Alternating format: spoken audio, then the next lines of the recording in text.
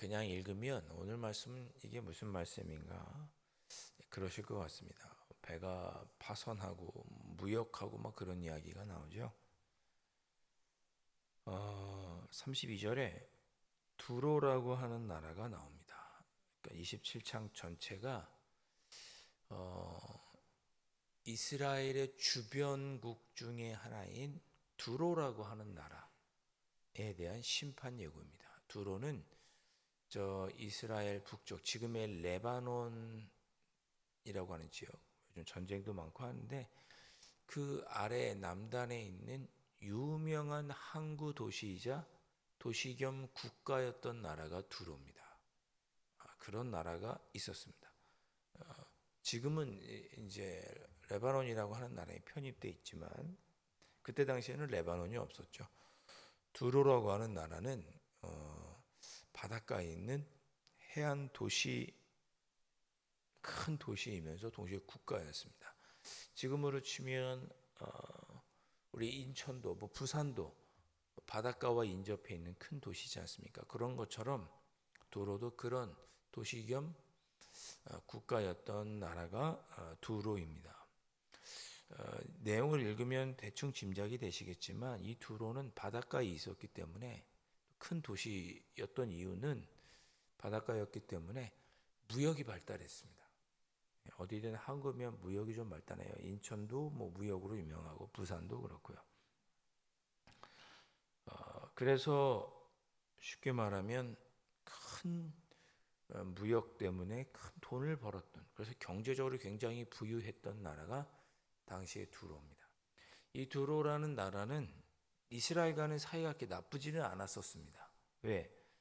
다윗 왕이 그리고 그의 아들 솔로몬 왕이 왕궁을 짓고 무엇보다 성전을 지을 때 두로에 있던 왕이 좋은 건축 자재도 보내주고 그리고 건축에 필요한 기술자들도 보내주고 그랬던 나라가 두로입니다. 그래서 그 두로 왕이 그렇게 성전을 짓는 데 도움을 주어서 솔로몬 왕이 이스라엘에 있는 몇 개의 도시를 이렇게 줄 정도로 처음에는 사이가 굉장히 좋았던 국가였는데 시간이 지나면서부터 관계가 소원해지고 무엇보다 우상을 섬기는 나라였기 때문에 이스라엘과는 이제 사이가 멀어지게 됩니다. 자, 그래서 여러분이 오늘 바다의 가운데 무역품이 떨어지고 뭐 선장이 뭐 이런 얘기는 두로가 해상에서 무역하는 것을 통해 돈을 벌었기 때문에 바다의 무역과 또 배 이런 거를 상징해서 두로라는 나라를 심판하고 있는 그런 내용이 되겠습니다. 자, 5절 보시면 내 사공이 너를 26절에 내 사공이 너를 인도하여 큰 물에 이르게 하며 동풍이 바다 한가운데서 너를 무찔렀도다. 내 사공이 너를 인도하여 큰 물에 이르게 하며 한 배를 큰 이때 당시의 무역선을 생각해 보시죠. 사공이 너를 인도하였다 그랬으니까 배 안에 여러 명이 타 있는 거예요. 우리 그런 배 있잖아요. 여러 명이 타서 이렇게 노를 젓는 배. 배 지하에서 그리고 1층, 2층에는 승객들이 머물고 물건 짐을 싣는 거죠. 그렇게 너희들이 배를 몰고 큰 바닷가 한가운데 갔는데 동풍이 바다 한가운데로 불어서 너를 무찔렀다. 그 얘기는 너를 파손하게 했다. 그러니까 즉 해상 무역을 통해서 큰 부를 누린 두로였지만 너희들을 바다 한가운데 무찔렀다. 즉 파손하게 했다. 멸망하게 하실 것이다. 그런 뜻입니다. 배에 비유해서 두로라는 나라의 운명을 지금 예고하고 있는 거죠. 여기서 동풍은 하나님을 상징합니다. 하나님께서 너희들을 무찌르실 것이다. 멸망시키실 것이다. 27절에 보십시오. 내 재물과 상품과 바꾼 물건과 내 사공과 선장과 내 배의 틈을 막는 자와 실제로 이런 사람들이 두로가 운행하는 배 안에 다 있었던 거죠. 그러니까 굉장히 발달했던 도시인 거예요. 재물과 상품을 사고 팔고 바꾼 물건들, 사공도 있고 배를 조정하는 선장도 있고, 또 배에 뭐 물이 들어오거나 하면 틈을 메우는 사람들도 있고, 전문적인 자가 있는 거죠. 또 상인들도 있고, 무역을 하기 위해서 그 배를 탄 상인들도 있고, 내 가운데 있는 모든 용사, 예, 배를 지키고 물건을 나르고 하는 용사들, 내 가운데 있는 모든 무리가 다 동풍이 불어서 배가 침몰함으로 인해서 모든 무리가 내가 패망하는 날에 다 바다 한가운데 빠질 것이다. 예, 너로 인해서 너희 나라 두로를 통해 이익을 보던 자들, 주변 나라들까지 다 패망하게 될 것이다. 그렇게 예고하고 있는 거죠. 네. 28절, 내 선장이 부르짖는 소리에 물결이 흔들리로다. 배의 선장, 두로의 왕이겠죠. 예, 부르짖는 소리에 물결이 흔들리는도다. 주변에 있는 사람들이 놀랄 터인데, 노를 잡은 모든 자, 사공, 바다의 선장들도 배에서 내려 언덕에 서서, 예, 언덕에 서서 배가 이렇게 침몰하는 걸 보는 거죠. 너를 위하여 크게 소리질러 통곡하고 티끌을 머리에 덮었으며 제 가운데 뒹굴며, 이런 걸 상상하시면 돼요. 여러분들이 지금 언덕에 서서 저기 바다 한가운데에서 배가 침몰하는 거를 보는 거예요. 그러면서 그 언덕에서 안타까워서 어떻게 저 배가 물에 잠기네 걱정하면서 통곡하고 막 슬피 울면서 죄를 뒤집어 쓰고 그러는 거죠. 그런 장면입니다. 그렇게 두로라고 하는 도시가 결국은 멸망하게 되고, 주변 사람들이 안타까워하지만 그러나 두로가 멸망하는 것을 상징적으로 표현하고 있습니다. 31절, 그들이 다 너를 위하여 머리털을 밀고 굵은 배로 띠를 띠고 마음이 아프게 슬피 통곡하리로다. 두로의 멸망을 보는 주변에 있는 나라들이 그렇게 다 안타까워할 것이다. 그들이 통곡할 때 너를 위하여 슬픈 노래 불러서 애도하고 말하기를, 저 두로와 같이 바다 가운데에서 적막한 자가 누구인고. 적막하다는 얘기는 뭐예요? 다 멸망해서 조용하다는 뜻이죠. 한때는 부유했는데, 한때는 무역으로 풍요롭고 주변 나라에 많은 물건을 갖다 주고 영향력을 끼치던 그런 나라가 어떻게 저렇게 잠잠하게 망하게 되었느냐, 안타까워하게 될 것이다. 33절, 내 물품을 바다로 실어낼 때 내가 여러 백성을 풍족하게 하였으며 내 재물과 무역품이 많음으로 세상 왕들을 풍부하게 하였었도다. 두로가 이런 나라였던 거죠. 무역함으로 자신들도 부유해지고 무역함으로 주변에 있는 나라들에게도 경제적인 이익을 줬던 나라가 두로라고 하는 나라입니다. 근데 그 두로가 어떻게 된다? 멸망할 것이다. 34절, 내가 바다 깊은 데서 파산한 때에 내 무역품과 내 승객이 다 빠질 것이다. 경제적인 너희들의 풍요도 다 몰락할 것이다. 두로는 멸망할 것이다.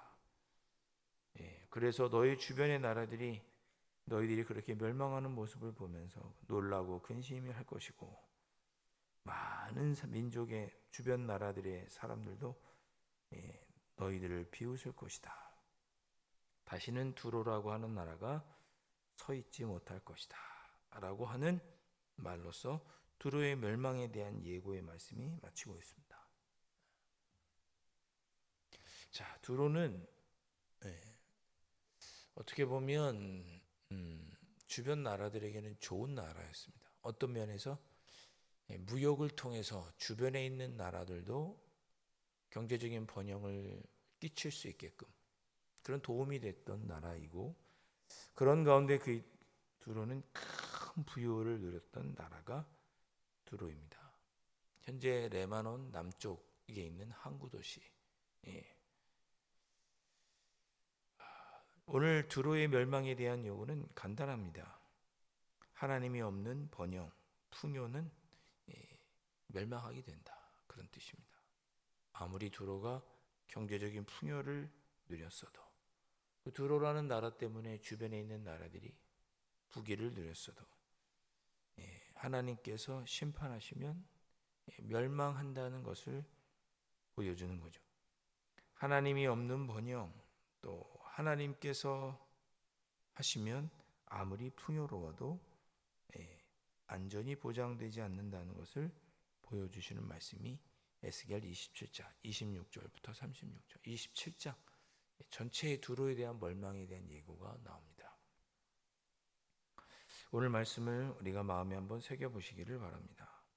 두로라고 하는 나라는 경제적인 풍요가 강점인 나라였습니다. 그러나 아무리 그가 가진 강점이 세상적으로는 강한 강점이 되고 좋은 것이라 할지라도 하나님이 없으면 또 하나님께서 흩으시면 흩어지고 멸망하게 되는 것을 보여주시고 있습니다. 여러분도 오늘 하루를 살아갈 때, 이 한 주간을 살아갈 때 여러분이 가지고 있는 강점이 하나님이 없는 강점이 되지 않고, 또한 여러분이 아무리 어떤 강점을 가지고 있어도 하나님께서 흩으시면 흩어진다는 거, 하나님 손에는 아무것도 아니라는 거. 어제 제가 열왕기하 말씀할 때 그랬죠. 하나님한테는 그냥 메마른 골짜기에 갑자기 물이 가득 차는 것도 아무런 대수롭지 않은 일이다. 하나님한테는 지극히 작은 일이다. 엘리사가 그렇게 이야기했습니다. 아무리 우리가 강점이 있고 거꾸로 우리가 아무리 어려운 일이 있어도 골짜기에 물이 갑자기 하룻밤 사이에 가득 차는 것은 하나님한테는 일도 아니고, 아무리 강점이 있어도 그가 하나님의 없이 하나님 뜻대로 살지 않을 때 흩으시는 것도 하나님한테는 일도 아닌 거죠.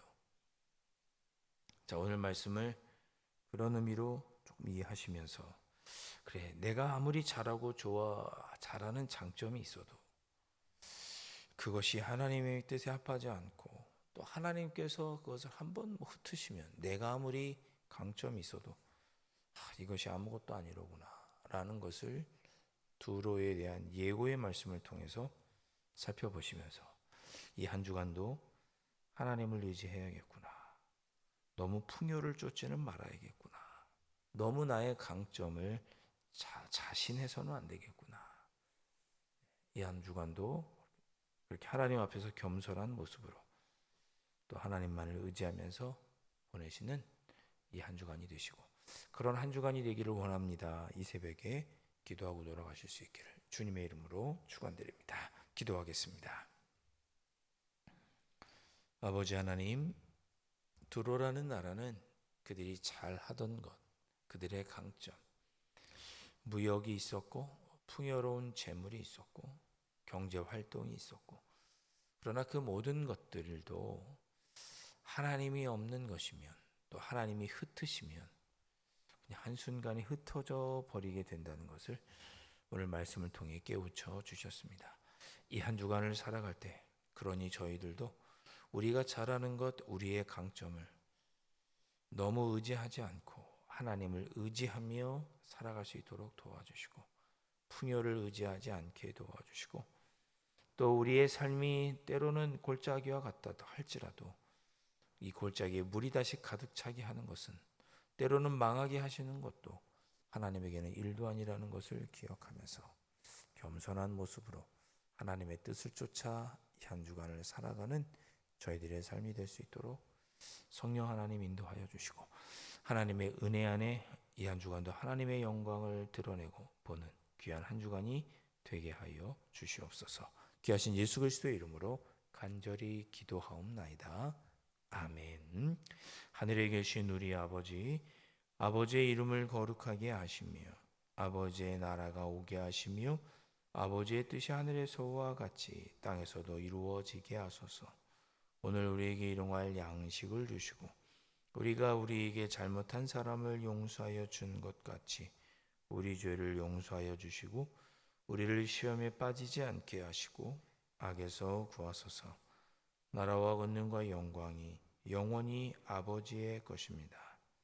아멘.